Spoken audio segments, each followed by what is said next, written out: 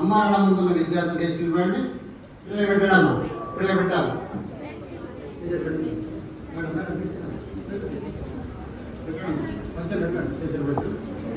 Okay పిల్లలు పెట్టడమ్మా మీ చేతితో. పిల్లలకి ఎలా ఉంటుందంటే అమ్మ చేతి ముద్ద నిజం అమృతం. కళ్ళు మూసుకో అమ్మ దగ్గర తీసుకున్నాం. అందరు కళ్ళు మూసుకోవాలి. మీరు కూడా కళ్ళు మూసుకోవడం. కళ్ళు మూసుకోవడం మీ అమ్మను దగ్గర తీసుకున్నాడు. కళ్ళు మూసుకోవాలి. Please close your eyes. బాబు అర్థం కాల. కళ్ళు మూసుకున్నావు సార్. ఇప్పుడు కళ్ళు తెరవద్దు. అమ్మ ముద్దు పెట్టేసా. మన అమ్మకు ముద్దు పెట్టేసేయండి.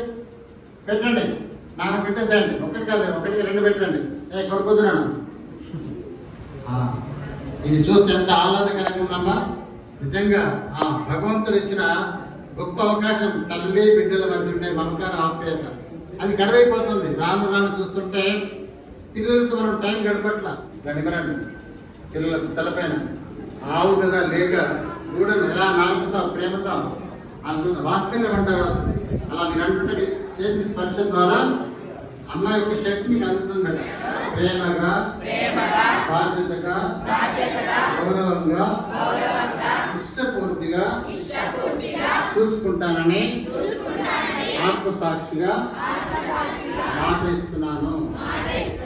అమ్మా నాన్నలారా, నేను తెలియక పొరపాట్లు ఏమైనా చేసినట్టుంటే నన్ను క్షమించండి. మన భారతీయ సనాతన ధర్మాన్ని కాపాడడానికి ఎల్లవేళ పిల్లలకు అందించడానికి కృషి చేస్తారని ఆత్మసాక్షిగా మాట ఇస్తున్నాము. పాలపూజ చేయించుకోవడం అనేది మాకు చాలా సంతోషంగా అనిపిస్తుంది. మేము కూడా మా పెద్దవాళ్ళకి ఎంత గౌరవం ఇవ్వాలి, ఎలా చూసుకోవాలనేది కూడా మాకు చాలా అర్థమవుతుంది. మేము కూడా చేసిన తప్పులు కూడా సరిదిద్దుకోవడానికి అవకాశం బాగా ఉపయోగపడుతుంది. ఒకటి ఏంటి అని అంటే, ఇంతకుముందు సార్ గురువు గారు చెప్పినట్టుగా తల్లిదండ్రుల రుణం అనేది ఎట్టి పరిస్థితుల్లో తీర్చుకోలేము ఈ జన్మకైతే. ఎందుకంటే ఈ జన్మకే వాళ్ళు మన తల్లిదండ్రులు కదా. మళ్ళీ ఇంకొకసారి ఆ జన్మకు వస్తారో వారో, ఎట్లా ఉంటుందో జన్మ ఉంటుందో లేదో కూడా తెలియదు. సో అట్లాంటి పరిస్థితిలో తండ్రి రుణం తీర్చుకోవడానికి ఒక యజ్ఞం ఉన్నదని నేను విన్నాను. అదేంటో నాకు తెలియదు, విననైతే విన్నాను.